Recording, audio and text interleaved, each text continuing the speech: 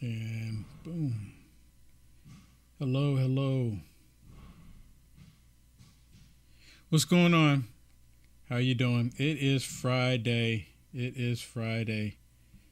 Thank you so much for joining me. All right. So they're getting ready to go into the 14th, right? The 14th time. The 14, number 14. Is 14 going to be the magic number?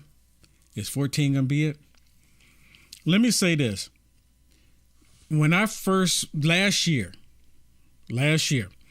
when they were floating the idea, or when it was saying that he's probably going to be, and I'm talking about McCarthy, saying that he's going to be the leader of the House, the Speaker of the House, that I was telling people, I said, he's probably going to be the Speaker. And I can't tell you how many people were like, Will flipped. And I'm like, no. And I had to remind people that it's really interesting, because I remind people what I think about McCarthy, but it's like it goes in one ear and out the other ear, because I say what I see happening. That's all I'm doing. I'm saying what's happening. Doesn't mean I like it, right? But I'm hoping that with all of this that took place, that McCarthy actually is seeing a bigger picture. McCarthy actually understand. And actually, McCarthy has agreed, and to my understanding, a lot of this has been put on paper, saying that, hey, if he gets out of line, he starts sliding over to the left, giving the Democrats everything they want, giving the Democrats all the authority, giving the Democrats all the power, that they can, remove him. They can bring it up and have him removed. So this is really good. So I think at this point, I want them to hold the line. I really do. I like the whole idea of them holding the line, because can you really trust McCarthy? I've been saying this for a while, for over a year. I call him sometimes McCarthy. Can you trust McCarthy? And I've been saying this, and I've been standing firm on that. And a lot of people, I guess some people never heard me say that. And I said, look, he's probably going to be the Speaker of the House, right? And even now, it still looks like, even after all of this going on, it still looks like that he's probably going to still be the Speaker of the House. But they actually got some positive changes out of this, which is not a bad thing. This is what's supposed to happen. They're supposed to be able to debate. You know what the biggest problem is that the establishment and a lot of people that were watching this when it first started popping off, a lot of people didn't understand. Now, I've been sticking with the 20.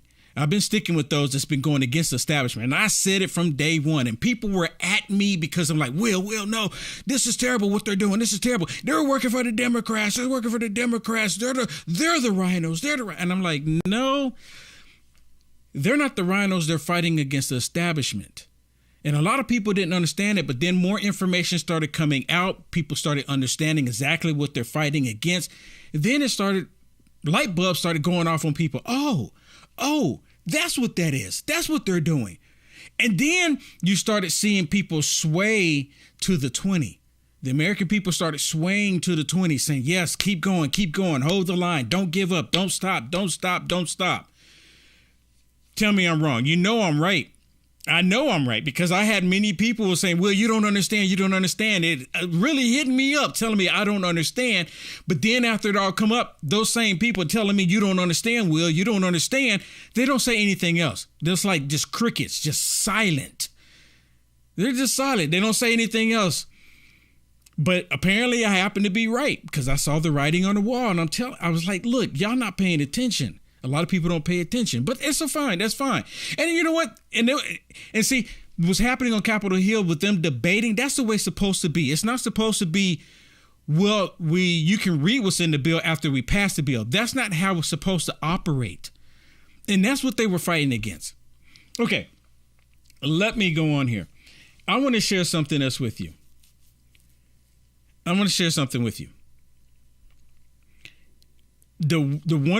guess one thing that came out of all of this is that it really showed the difference with the problem. Let me put it that way. It showed the problem within the Republican Party. See, within the Republican Party, there's a lot of establishment Republicans.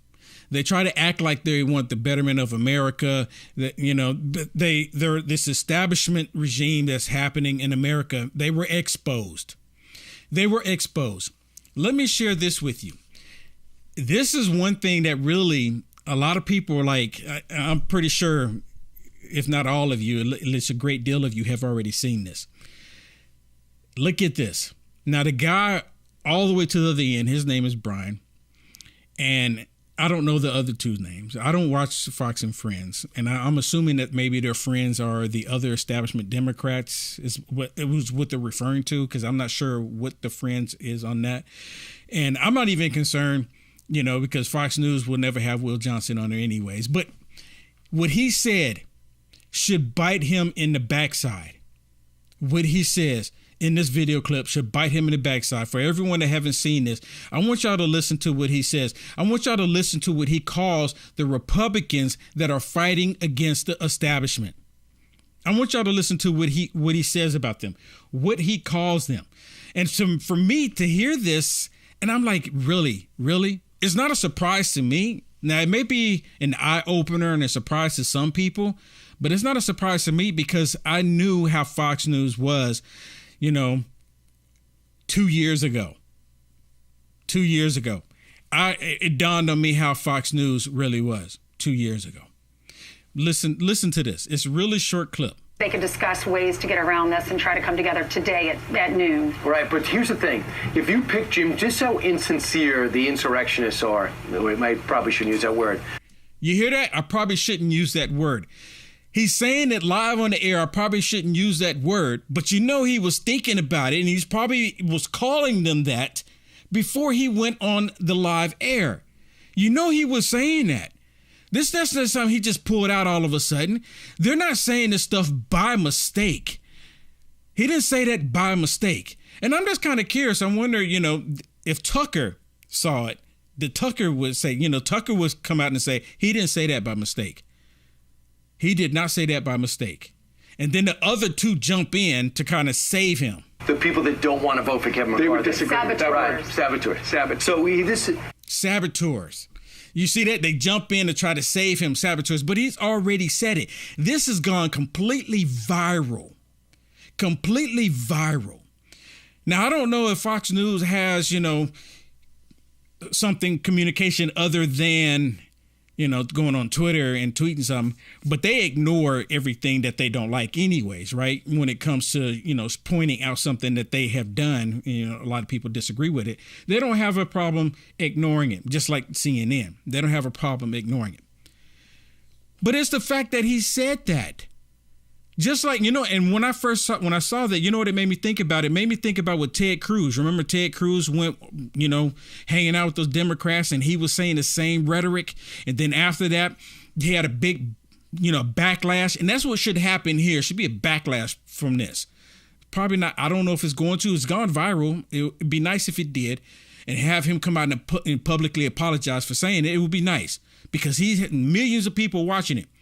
But remember, Ted Cruz said something similar in the backlash, and then he went on Sean Hannity trying to, defend himself. And I'm sorry, not Sean Hannity, but he went on with Tucker trying to defend himself, and Tucker would not let up on him. Would not let up. And I told everybody, and maybe for those of you that's, been watching my channel and still get notifications, and you still know that Will Johnson is alive and still exists, that I said this is going to be to our benefit what happened with Ted Cruz, right? Because I said Ted Cruz, after this backlash of what he did, he's going to come out hitting hard. And sure enough, ever since then, Ted Cruz has been coming out hitting hard. Ted Cruz is the senator that we need. And that's the result. Now, we're all capable. I make mistakes. I make mistakes, right? We all make mistakes. And I'm not saying just because he said this that like, oh my goodness, he should be off of Fox and Friends. I'm not saying that at all. But the point is, it's the establishment that have this whole idea that they should just be able to just get what they want without any debates, without any repercussion, without any conversation about it at all. They just want it, just give it to me. Another thing that I realized is that with Kevin McCarthy and the same thing with Nancy Pelosi, the reason why they put them in the position of Speaker of the House, you know why? Because Nancy Pelosi's not good for anything. I mean, really, name something that Nancy Pelosi's good for other than, well, I take it back. She's good for one thing, and that is for raising money. And apparently that's all it takes for you to be able to fill that position, to become the third most powerful person in the country, per se, right? The third in line, right? I guess you'll be second in line if you count the VP as second and third. No, it's third in line, right? Third in line, the most important person in third in line. And all it takes is for you to be able to raise money. So if Will Johnson can get to the point to where he can raise $1 million a day, right? $1 million a day. Imagine I can raise $1 million a day, and I do that for 360 days. Then they will start paying attention to Will Johnson. Oh, well, who is this dude? How is he raising all of this money? Because it comes down to the money. So if I raise that much, or if I raise $360 million a week, then they'll be like, wait a minute, look, he's raising all of this money. Maybe we need to put him in as the Speaker of the House, because apparently that's all it takes. But, there's a lot that comes with it. I don't want the job, but I'm just saying. But anyways, there's still some Republicans that are still holding the line. There's still some Republicans holding the line because they're fighting against the establishment. And the Democrats, they don't want these Republicans to win by holding the line, because that means that the setup, the system that Nancy put in place will go away. And the Democrats don't want it to go away. They want the same establishment to stay in place. Well, listen to this young man. Listen to what he says. Hi, Andy Biggs here from Arizona's 5th Congressional District. Wanted to give you an update on what's happening. We've had multiple ballots for Speaker, and Democrats and people in the D.C. cartel, Republicans, people who are conservatives, have said, oh, Andy, stop, just succumb, just give it up, because it's messy, it's embarrassing, you're not governing. Let me tell you something. The United States of America is a constitutional republic. It is a country you and I both love. And if it is so fragile that you can't spend 2.5 days debating, articulating position, and trying to get it right on who will be the third most powerful, most important person in the United States government, then we're weaker than I even had thought. I think we're okay. I think it's okay to push each other verbally and in debate. It sharpens who we are. And you know what? That's what I used to think about Congress. I mean, really, I used to think that Congress, we elect these people, they go up on Capitol Hill and they pass bills, and they come up with these bills and they pass laws. And I used to think that they would debate about it before they pass it, before they vote on it. They would discuss what's in the bill. They would say, look, this doesn't need to be in there. This is not, beneficial to America. We need to discuss on it. We need to vote. We need to debate about it. We need to give up valid reasons why it should be in the bill, why it should not be in the bill. I used to think that's how they did in Congress. But apparently my thinking on that was completely wrong. What they did is that they create these bills. Well, they wouldn't create them. They have the lobbyists create the bills, and then they have these bills. And then they said, well, in order for you to know what's in the bill, you have to pass the bill. And that's not how it's supposed to be, because they can put whatever it is they want. They can put anything in there about gun control. They can put whatever it is that they want in there and just pass whatever it is. And there's nothing. And after they pass it, I'm wondering, did they put stuff in there that hasn't hit us yet? Y'all know what I'm talking about? I'm telling you, I'm willing to bet that they put stuff in there. And all of that changed under Nancy Pelosi. See, before Nancy Pelosi, they used to debate on bills. They used to debate on the bills. Nancy Pelosi came and she skipped that part. And then they just automatically just vote on it. But that's how it's supposed to be. What he's saying is completely legit. And it doesn't make it irrevocable that we can't work together, because I'm just telling you, I've been talking with many of my colleagues on the floor from the entire other spectrum. We all understand what's at stake here. We all understand that the left has taken over every institution in the United States. And for me, I said, why don't we make a change of the trajectory? Why don't we change the leadership? Because if you can't make a change when you have an opportunity to make a change, when will you do it? It just seems so important and so imperative to me. And so many of you have supported me. Thank you. Thank you for your support. Others have been critical. Thank you. Thanks for letting me understand where you stand. But the bottom line is this. We've just finished the 14th vote. And what happened in today's votes, in the first series, our group of 21, we had 20 no's and 1 present split. And what happened is they picked up 13 votes, and then they brought it up, and they're sitting now at, I think it's 214, 215. Mr. McCarthy right now would need 217. He doesn't have those votes. We're going to go back tonight at 10 p.m. If the Democrats don't show up, you have a decrease in the denominator. We'll see how it plays out. But I will just say this, my colleagues who have joined me in fighting this battle, we didn't do it because I didn't ever ask for anything. I did not ask for a committee assignment. I didn't ask for any pieces of my legislation to be brought to the floor. I want good leadership. I want to see members of Congress actually be able to represent their constituents by reading legislation. No more 4,000-page pieces of legislation given to us with a 2-hour window to review before we vote. I mean, everything he's saying is highly upsetting to the establishment. And originally, McCarthy was fighting against this. But to my understanding, he's finally, caved in and said, okay, we'll put it back the way the founding fathers intended it. And see, I'm actually learning a lot here. I'm learning a lot because that's the way the founding fathers intended it. And I never claimed to know everything about politics. I just talk about the stuff that I learned and I just share it with everybody else. But he's right. They should be able to have healthy debates about this stuff. And all of them got so accustomed to not debating. And they're like, what are you doing? How are you're changing what Congress is? No, Nancy Pelosi screwed up Congress. You understand what I'm telling you? Nancy Pelosi screwed it up. The Democrats screwed it up. The Democrats did that because they found out another loophole.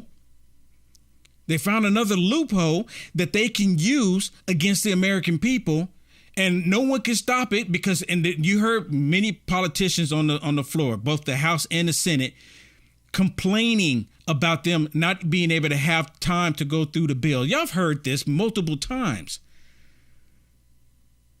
But now, and when people started really understanding and started realizing that these 20 were the original 20, they were fighting against the establishment because they were saying, we got to stop doing this. We can't do this any longer. This is the opportunity. This is the time for us to change it. But again, like I said in the beginning, I think that McCarthy's eventually going to end up with it. Do I like it? I would like to see somebody else, to be honest with you. But they have, to my understanding, they put in place that if he gets out of line, he starts sliding over to the left, starts slithering over to the left, that they can bring it up again and have him removed. That's to my understanding. Right? And I hope that's the case. But let me talk about something else. And this is something that's been, really, I guess, close to me.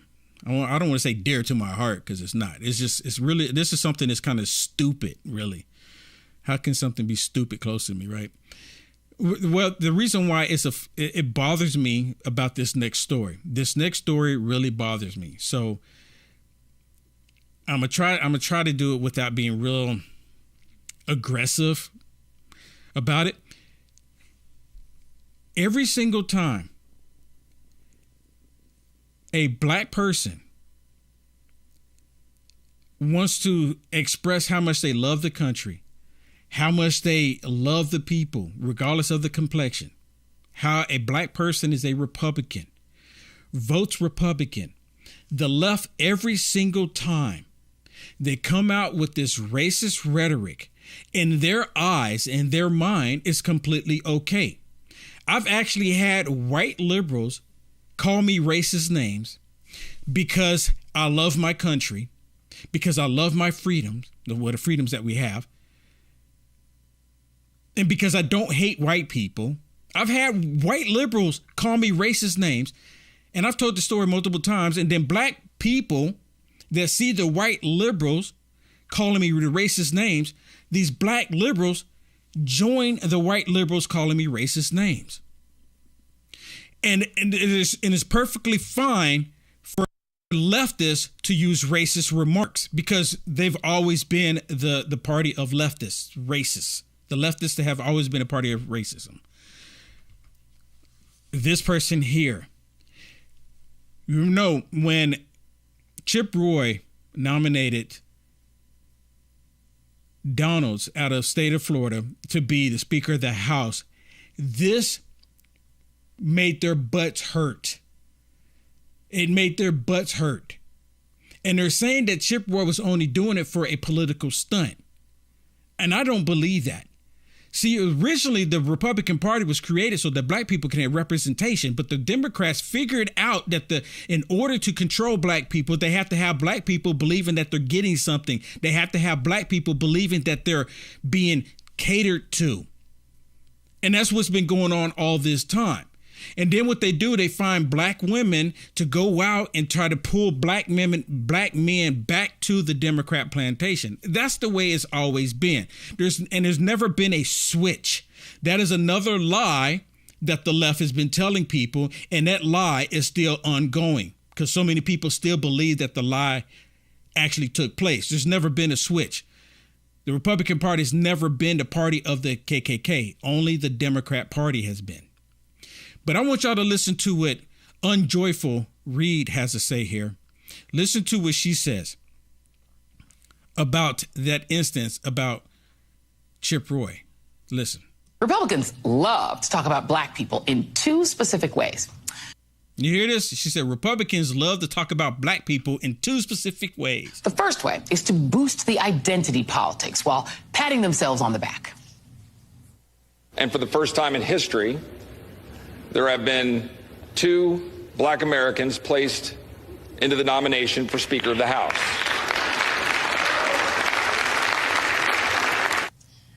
Now, she cuts it off because the applause for that statement, everybody on both sides of the aisle stood up and started clapping. And she makes sure she cuts it off for those of the people that didn't actually see it. But they were all clapping, every last one of them. But she doesn't want to acknowledge that. She doesn't want to acknowledge that there's 2 black people that were nominated in the first time in history. She doesn't want to acknowledge that. She wants to denigrate the black person that was nominated. Now listen what she says. Which, of course, clears the way for their favorite tactic of misusing the words of a civil rights icon. Cue the one MLK quote they know. We do not seek to judge people by the color of their skin, but rather the content of their character. Ah, yes. Okay, so how did he mischaracterize that? How did he misuse that? Because with the Democrats, what she doesn't acknowledge is that Martin Luther King was a Republican. He wasn't a Democrat. Martin Luther King was marching against Democrats. He wasn't marching against Republicans. The Republicans were marching with him in the streets. There were white Republicans in the streets getting hosed down by the water hose from police and dogs, being with police officers in the streets. It was white Republicans. It wasn't white Democrats. It's never been Democrats. Never. But just like they lie about everything else, they take the history and they try to flip it. That's what part of CRT is all about. They want to change what history is all about. Listen. We've reached the quote MLK portion of the program. And we see a lot more of that on MLK Day when Republicans who support voter suppression and book banning tweet about his legacy and that one disaggregated quote. We saw more cringy displays today when insurrection apologist Dan Bishop nominated Byron Donalds, who is black, as speaker, while sharing how angry he felt about being accused of using Donalds as a prop. Now, see, she's saying that he's not being real because they're saying that they're using a black man as a prop. But isn't that what the Democrats do all the time? They use black people as props to get other black people. I mean, just like they did back in the past, they use other black people to draw black people back to the plantation. That's what they do. That's what the black people are used for. The Democrats do that all the time. Most black Republicans that I know, they're upset with the Republicans because they don't utilize the black voice more. Do you understand what I'm telling you? So it's not that he's propping up anybody black. They don't use that. You know what? If the Republican Party were to use more black voices, they would actually be able to wake up more black people. But the Republican Party doesn't do that. You know why? Because the Republican Party only uses American voices. That's what they do. They use American voices. They don't use black voices. They don't use white voices. See, the Republican Party want to target Americans, all Americans.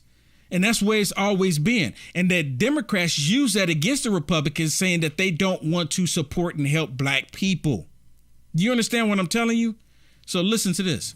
That member-elect wrote and sent out to America that Byron Donalds is a prop. I've spent a good bit of time with Mr. Donalds, especially lately. He ain't no prop. And if he were a prop, he wouldn't be sitting where he's sitting.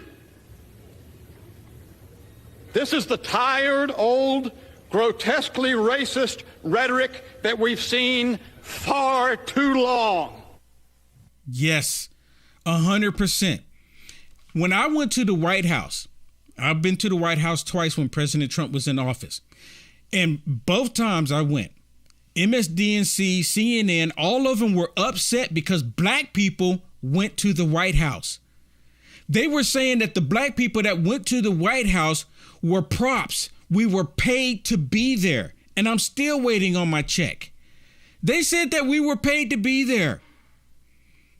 Completely disgusting. And that's exactly the same rhetoric that they always done. But see, a lot of black people are starting to realize that, hey, that's not true. And I'm so sick and tired of people. I get it all the time. People send me messages saying, Will, you're only doing it because you want to make white people happy. Really? Really? I can't tell. I don't know what complexion you are. I don't know what complexion you are watching right now. I don't know. And I really don't care. My objective here is to talk about what I am seeing, what Will Johnson is seeing, and talk about the truth. And this lady here, she is going to lie. She lies because the truth is not in her. There's a reason why our society today, there's a reason why our planet today is accepting the lie over the truth. And listen to everything she says. She's accepting the lie over the truth because they have this whole agenda about controlling black people and wanting black people to stay on the Democrat plantation. The Democrat Party has never been for black people. They've been utilizing black people. Methinks the congressman doth protest too much. Never mind that Donalds supports voter suppression efforts, which disproportionately hurt black Americans. There are no voter suppression efforts. They're calling you having to have an ID when you go vote. They're calling that voter suppression. That's not voter suppression. That's meaning, hey, we take serious our elections. That's all that is. That's not voter suppression, but that's what they're calling. And that's what she's saying. I can't stand these people because they lie. Why would that don't make any sense? Why would he want to prevent someone from voting for him? They see a black man. Right. And that's in their mind. They say, oh, they see a black man. They're going to vote for him because, see, that's what they do. They prop up the Democrat Party. They prop up somebody black and they say, you need to vote for him. Because you remember when Obama was in office? They said, if you don't vote for Obama, that you're racist because he's a black man running for presidency. You remember that? I remember that. Sadly, I was a Democrat at the time, but I thought, I was like, that's not right. That's not right. I'm like, wait a minute. That's not right. Because, I mean, the people shouldn't have to vote for him because he's black. But since when do details matter? Any black guy will do, especially one who's very nice, big in stature, and goes along with the program.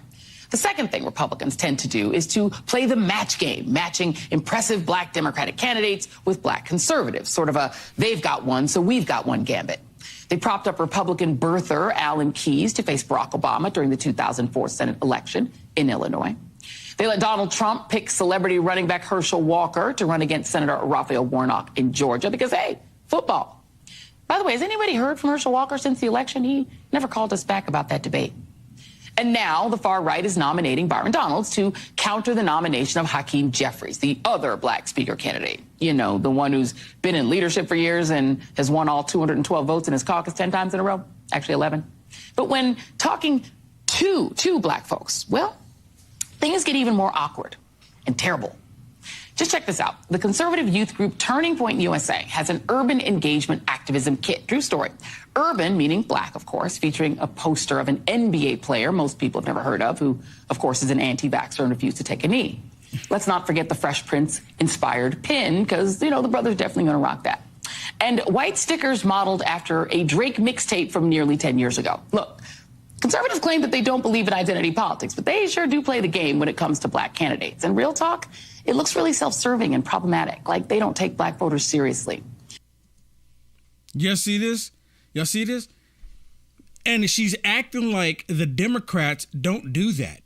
And like I just mentioned a second ago, there's a lot of black Republicans that used to be Democrats upset with the Republican Party for not utilizing black voices. When I was in California, I actually had somebody from the Republican Party reach out to me and told me to stop. I didn't stop. They said I was making the Republican Party look bad. And the reason why someone from California reached out to me, because I had representatives running for political office reaching out to Will Johnson, wanted me to interview them. People running for the governorship, and I was interviewing these people constantly. I was interviewing them. And the Republican Party reached out to me, asked me to stop because they said I was being too aggressive. I was too harsh. And I'm thinking, I told this person, I said, so wait a minute. You're saying that I'm being too harsh because I'm telling the truth about what's happening in the state of California, and you're not doing anything about it. But I'm the one in the wrong. How does that work? Help me understand that. It's completely disgusting. So, we really haven't heard too much from Nancy Pelosi here lately. But here she's walking the halls, and this young lady is able to have a second with her, talking to her. So Nancy Pelosi goes on to say that this is a shame. It's a shame for our country to be in this position. And the only reason why Nancy Pelosi's upset about this, because they're about to undo all of the damage that she's been doing in Congress. And she doesn't want to see that go away. And that's what she's mainly upset about. She worked hard to undermine the system. She worked hard to do away with the founding fathers have achieved. I always love the freedom of a tight knit idea. If you can manage, you can get more freedom. You said this was a shame. It is a shame for the country. This is a great institution, and really I wish they would to let the speaker and first voters, because we have an important work to do, and this undermines that. We'll see. I know it's kind of hard to hear some of that, but, the young lady in the red dress was saying that you said this was a shame, right? And Nancy Pelosi was saying, yes, it's a shame to our country, right? But she's upset. Like I said, she's upset because they're undoing everything that she put in place. And it should be undone because it's not helping. It's total corruption. It's total corruption. Just like this dude here. Joe Biden is going to show up on the southern border this Sunday, and he's supposed to be down there to assess the border situation. I can only imagine that Mayorkas has reached out to Border Patrol and make sure, this is just me thinking here, okay? I'm just saying. But I can imagine that Mayorkas is telling the Border Patrol to make sure the location that Biden is showing up, that there are no people crossing over. Make sure that it looks like it's secure. Make it look that way. And you remember not too long ago, Mayorkas was asked the question, is the border secure? And he said it was secure. So if the border was secure when he said it, then why would he have to do this? Today, we are announcing new border enforcement measures to improve border security, limit irregular migration, and create additional safe and orderly processes for people fleeing humanitarian crisis to lawfully come to the United States. These measures, taken together, are concrete steps to enhance the security of our border today, while the Title 42 public health order is in place, and steps that we will build on and extend to regular Title 8 processes once the Title 42 order is lifted. So now he want to act like he's tough on the border. Now he want to act like he's tough on it. And did y'all hear what Adam Schiff said about the southern border? Adam Schiff was like, oh, the southern border, that he actually said that they made it priority. Let me see if I can pull that one up. I wasn't even thinking about playing it, but let me pull it up. I want to share this with you because this would, for those of you that have not seen this,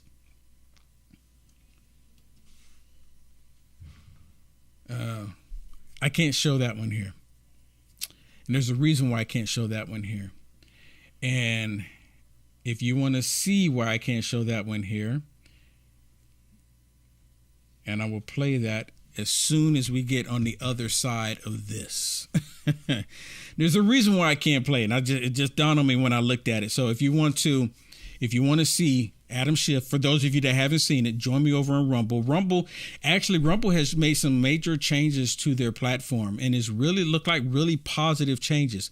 And for those of you that have the app, you should have got a notification. And thank you so much for being here. For those of you that have never been on Rumble, you got to get on there. You got to go check it out. On YouTube, there should be a link in the description for you to check it out, and you just be able to click it and just come on over. I want to share some other stuff with you, but I want to share something with you about the southern border, what Adam Schiff said, because he straight up lied. Of course he lied, right? I mean, I get into more about Adam Schiff and even the Twitter stuff on the other side. And there's some other stuff that I want to talk about this particular historical day. You know what I'm talking about? Okay, so go to it right there. Oh, and before I do that, I actually found a way to say thank you to the people that have been supporting me on Facebook. I don't know if it rolls off here, but let me see. No, it looked like they're still there. Sherry, let me say thank you to Sherry on Facebook for the stars. Thank you so much, Sherry. I really do appreciate it. And Laurel, thank you so much for the stars as well. And it actually shows me here where people have actually shared it, like Linda, Alan, Joan, Zach, Jerry, and it just popped up. So I guess they made some changes to it. Julie, this is pretty awesome. So I want to say thank you so much for everyone that's on Facebook and sharing. I really do appreciate it. I really do appreciate it, because you see how they're censoring me on Facebook. It's like really ridiculous, just like they are on YouTube. But I'm used to it on YouTube. YouTube has been doing this a lot. YouTube has been doing it a lot. So, and I didn't see if anyone did a super chat. Nope, doesn't look like it. All right, well, cool. If you want to join me, please join me over on Rumble, which you see right there, and you'll see the other stuff that I want to share with you.